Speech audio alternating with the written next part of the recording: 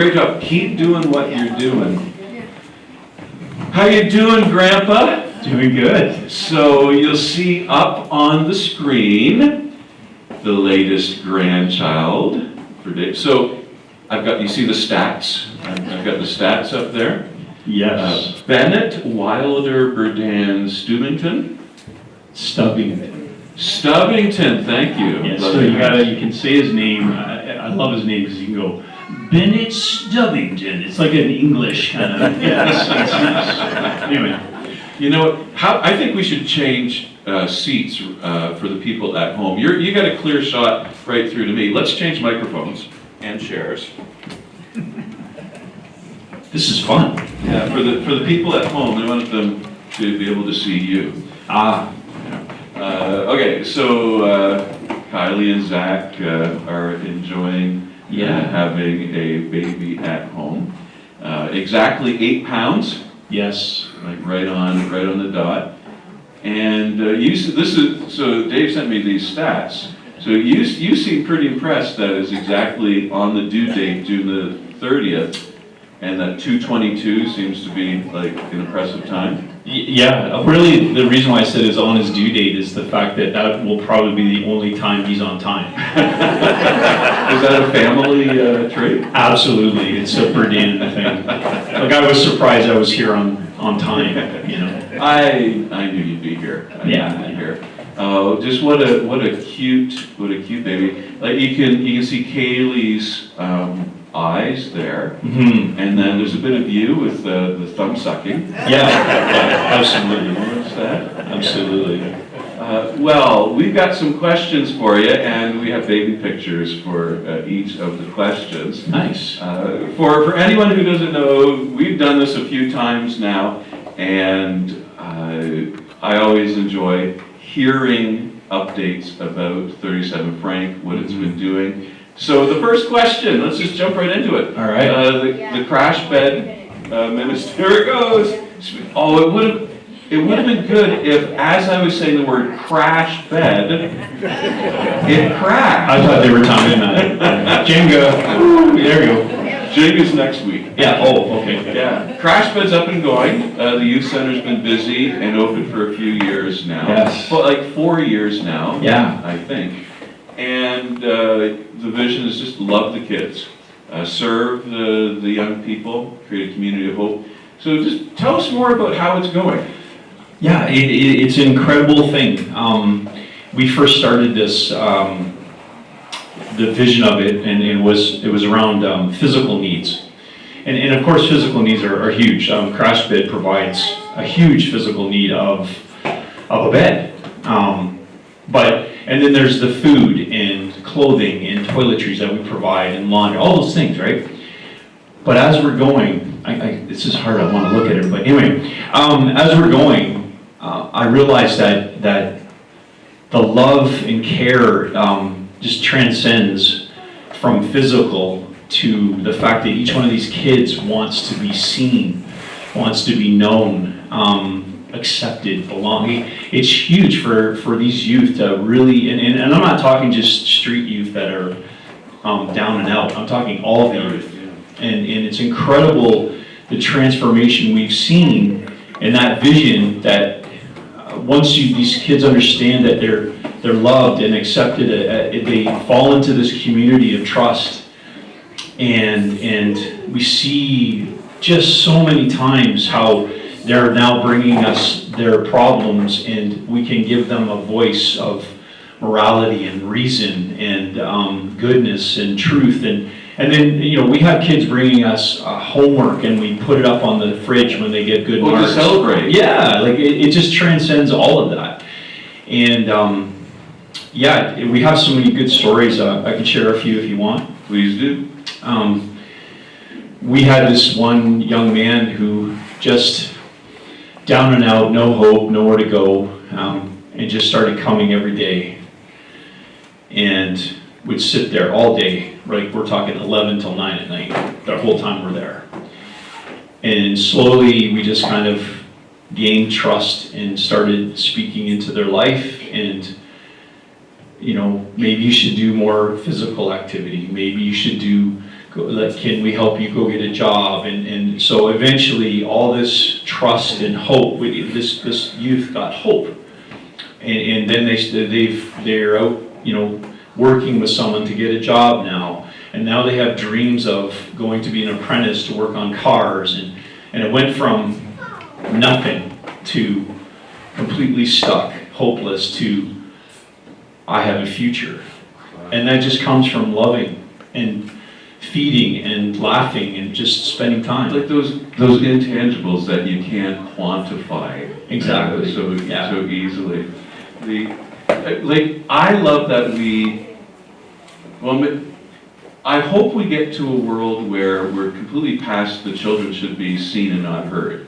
Yeah. I'm loving that while we're having this conversation, the kids are seen, the kids are heard, and that they know they're in the center of a community. And so many kids don't get that. Yeah. This is a perfect example of these kids trust that they're safe, trust that they're not doing something wrong, and they're just having fun. Yeah. And there's so many youth that have this anxiety, and it's due to all kinds of concerns in their life. And anxieties around being with adults. Exactly, yeah. Or just, they matter. To the point where and these are words from a youth, I'm worthless. No one cares. And the minute that they start suspecting or they know that, somebody break into a song right on, that someone cares, you can see it. It's like a light switch goes on and they start understanding and going, oh, wait a minute. It's crazy. It's so simple but hard.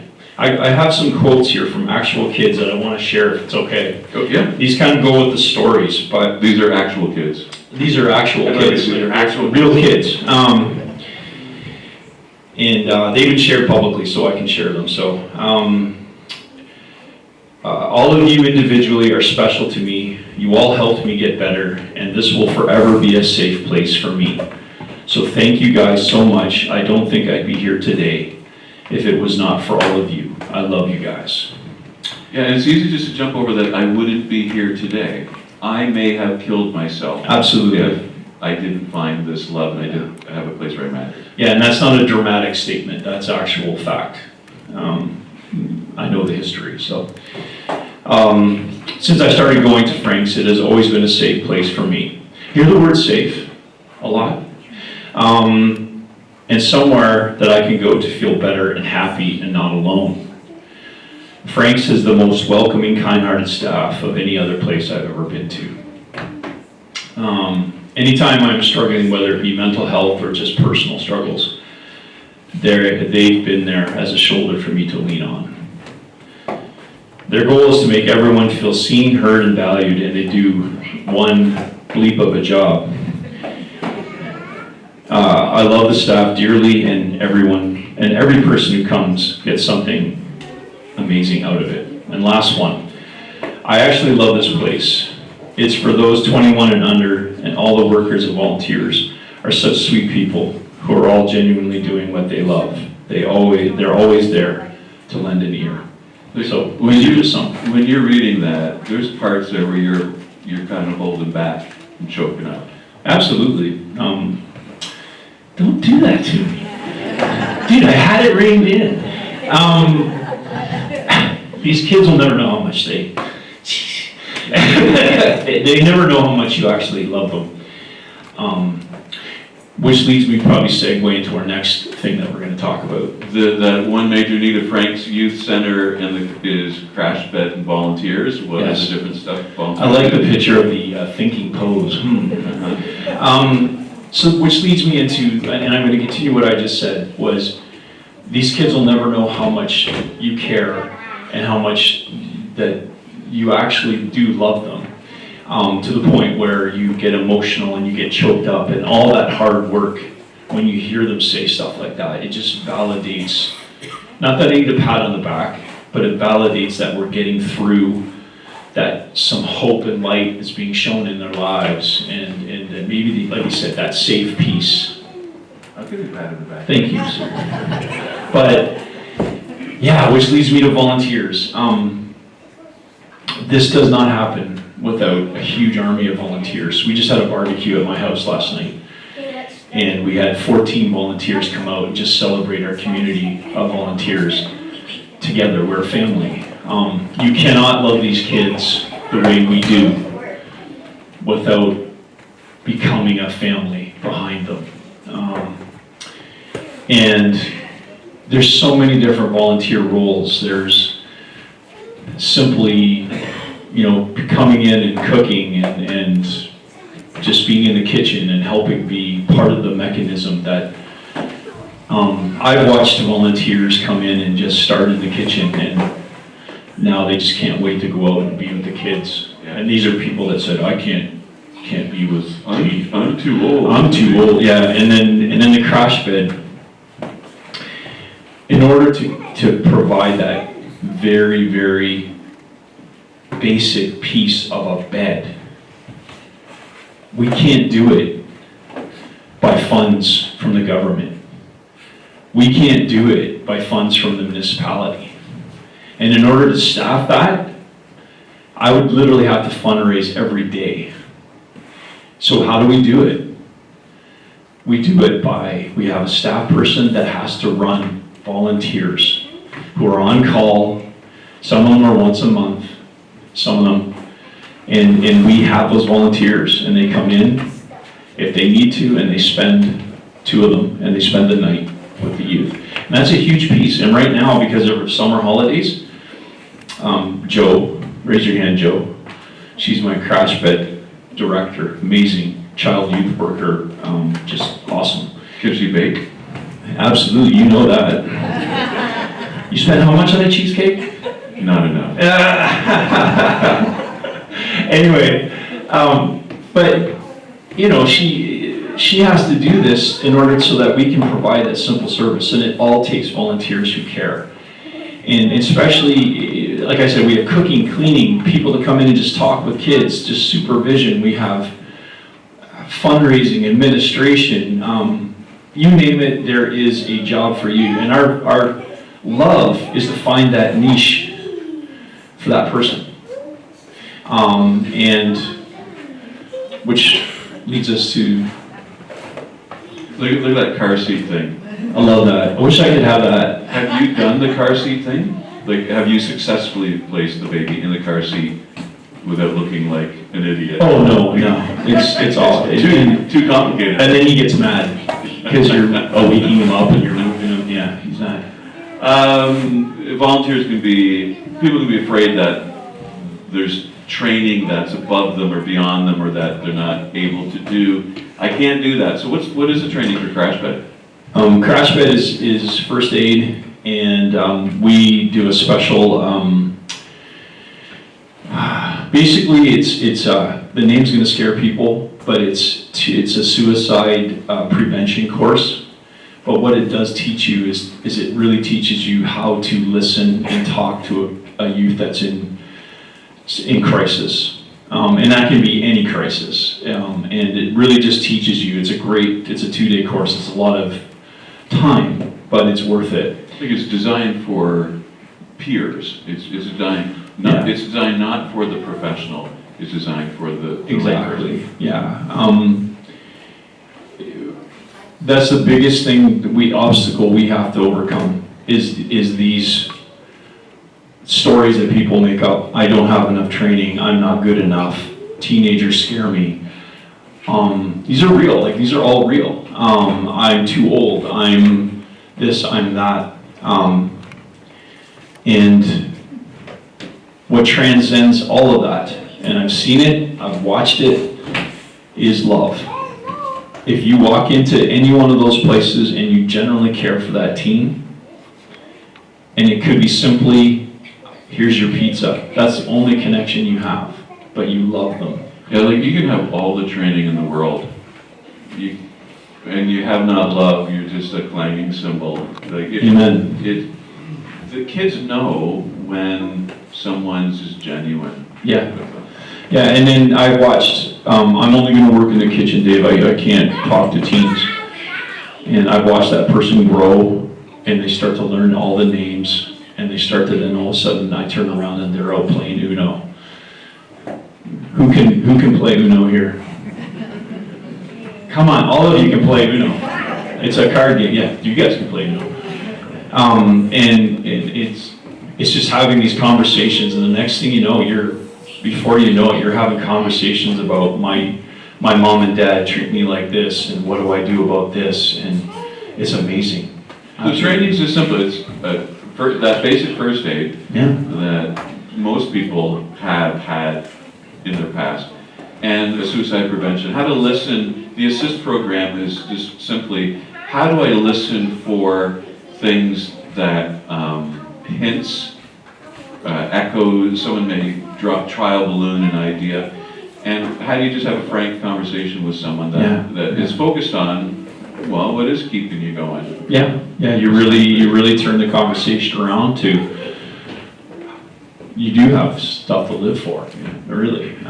Let's look at the next question. Yeah. Well, so this is where I put the scripture passage up. Yeah. Do you remember when you're first trying to get 37 Frank going? How easy that was to do? Yeah, I'm a picture of, in my weakness, he is strong, trust me. Let's talk about the faith that has sustained you through this.